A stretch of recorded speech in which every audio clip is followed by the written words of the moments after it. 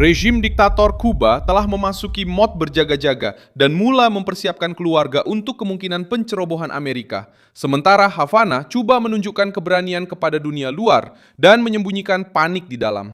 Pada 26 Mei 2026, apa yang membebankan bukan sekadar ucapan lama terhadap Amerika Syarikat, tetapi juga arahan rasmi daripada pertahanan awam Cuba mengarahkan rakyat untuk menyediakan beg galas, radio, air, makanan, dokumen, ubat-ubatan, barangan kebersihan dan keperluan untuk kanak-kanak sekiranya berlaku agresi ketenteraan. Namun di sinilah rejim itu mendedahkan dirinya. Mereka meminta ubat kepada rakyat yang berdepan farmasi kosong, meminta makanan kepada keluarga yang dihimpit kekurangan, meminta tenaga alternatif di sebuah pulau yang sering mengalami gangguan elektrik dan cuba mengubah pengabaian menjadi persiapan nasional. Tekanan meningkat kerana Washington memperkeras nada komunisnya terhadap Havana. Marco Rubio berkata peluang untuk mencapai perjanjian yang dirundingkan dengan Cuba tidak tinggi. Dan ketegangan meningkat selepas tuduhan Amerika terhadap Raul Castro.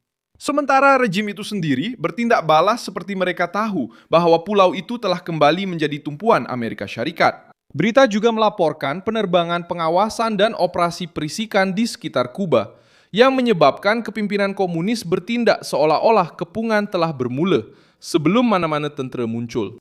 Apa yang rejim diktator itu tahu? Dan mengapa mereka tidak memberitahu rakyat kenapa Havana mempersiapkan keluarga-keluarga tanpa mampu menyediakan keperluan asas untuk mereka? Bagaimana tindakan melampau rejim ini boleh membuka bab seterusnya menentang komunisme Cuba? Saya akan ceritakan semuanya kepada Anda sebentar lagi. Jika Anda suka kandungan yang terus terang dan tidak berbelit-belit seperti ini, pertimbangkan untuk melanggan kerana di sini ada video seperti ini setiap hari. Persediaan telah dilakukan oleh Markas Besar Pertahanan Awam Kebangsaan Cuba dalam latihan Meteoro 2026. Secara rasmi, rejim mengatakan bahawa arahan itu bertujuan untuk melindungi nyawa sekiranya berlaku serangan musuh. Namun dalam praktiknya, mesej itu diterima sebagai amaran politik. Rezim diktator itu sendiri yang sentiasa menggunakan ancaman Amerika sebagai alat mobilisasi kini telah meletakkan rutin kecemasan di atas kertas untuk keluarga biasa. Panduan itu menyebut tentang melindungi kanak-kanak, warga emas, wanita hamil, dan orang kurang upaya. Tetapi kandungannya juga jelas menunjukkan bahawa kerajaan mahu meletakkan rakyat dalam keadaan berjaga-jaga. Ketakutan yang sebelum ini hanya ada dalam ucapan, kini telah menjadi dokumen. Ia telah menjadi panduan di rumah. Ia telah menjadi beg galas, menjadi tempat perlindungan, menjadi arahan untuk terus hidup. Kontradiksi ini sangat ketara kerana rejim meminta obat daripada rakyat yang berdepan dengan farmasi kosong. Meminta air daripada keluarga yang hidup dengan gangguan bekalan. Meminta radio dan tenaga alternatif di sebuah pulau yang sering mengalami gangguan bekalan elektrik. Meminta makanan kecemasan di negara di mana ramai orang sudah berjuang untuk keperluan asas harian. Kediktatoran itu cuba kelihatan produktif dan bersifat melindungi, tetapi senarai itu sendiri jelas menunjukkan betapa besarnya bencana itu. Orang biasa di Kuba melihat arahan ini dan tahu bahawa masalahnya bukan hanya disebabkan oleh kemungkinan tindakan Amerika Syarikat. Masalahnya terletak pada kehidupan seharian yang dihimpit oleh kekurangan elektrik, kekurangan air, kekurangan ubat, gaji yang rendah, dan dekat kawalan politik. Kerajaan Kuba coba mengubah persiapan ini menjadi satu bentuk ketahanan nasional. Tetapi situasi sekarang menunjukkan sesuatu yang lain. Rejim itu sedang gelisah. Tekanan dari Washington semakin meningkat dan pulau itu sekali lagi menjadi tumpuan perhatian ketenteraan, diplomatik dan perisikan. Setiausaha Negara Marco Rubio berkata pada 21 Mei bahawa peluang untuk penyelesaian secara rundingan dengan Cuba tidak tinggi walaupun Washington masih lebih memilih jalan diplomatik.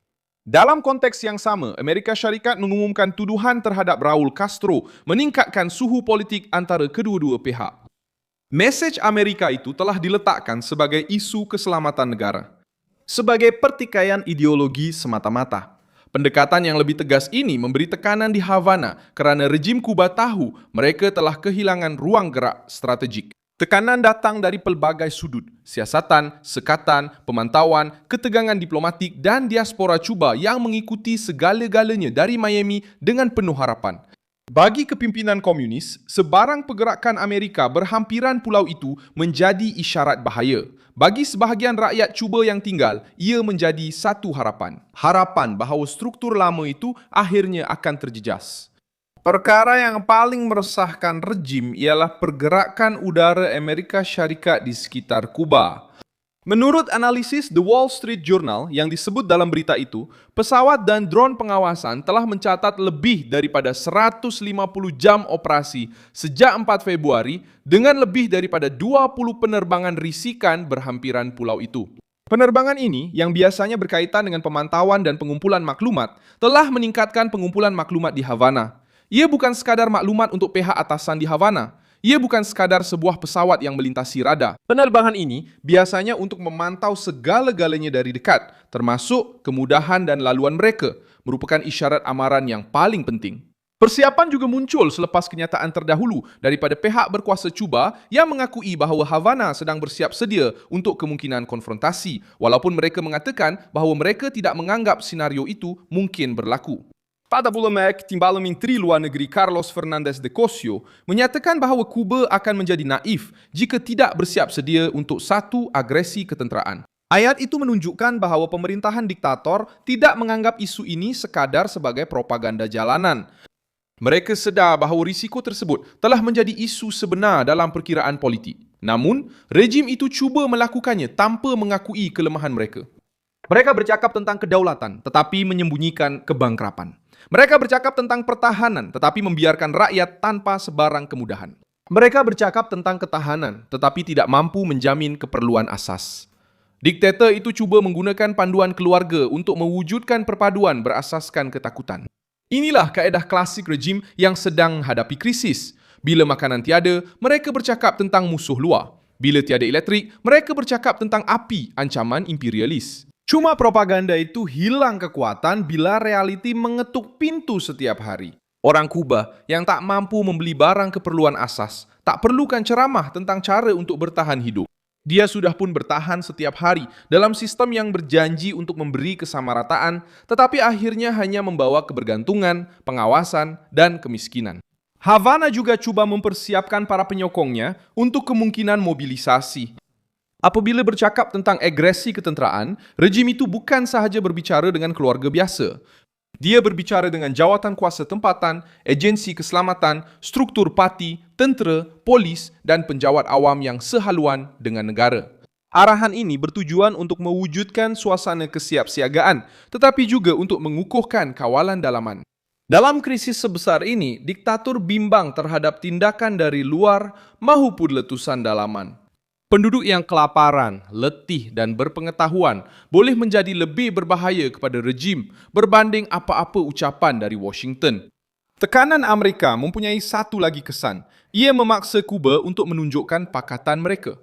Hubungan rapat pulau itu dengan Rusia, China dan Iran telah menjadi tumpuan utama kebimbangan keselamatan Amerika Syarikat. Laporan terkini menyebut tentang drone, kerjasama ketenteraan dan struktur perisikan asing yang berkaitan dengan wilayah Kuba.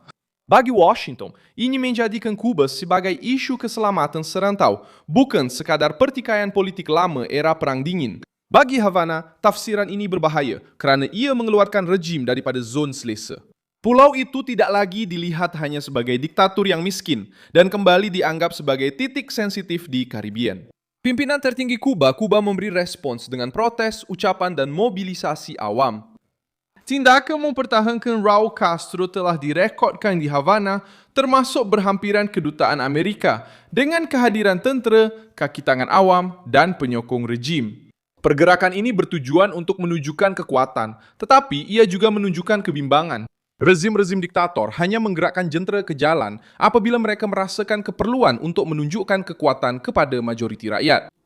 Pulau itu menunjukkan sebuah rejim diktator sedang cuba mempersiapkan rakyat untuk menghadapi situasi yang selama berdekat-dekat mereka katakan sudah bersedia untuk hadapi, tetapi kini terpaksa meminta keluarga-keluarga untuk mengimprovisasi cara bertahan hidup dengan barang-barang yang sistem itu sendiri tidak sediakan. Pulau itu sangat rapuh, diawasi dengan ketat dan terperangkap secara politik. Saya Milson Alves Global, seorang internasionalis, dan tujuan saya adalah memastikan Anda sentiasa mendapat maklumat yang benar setiap hari. Pautan berita ada di dalam deskripsi video.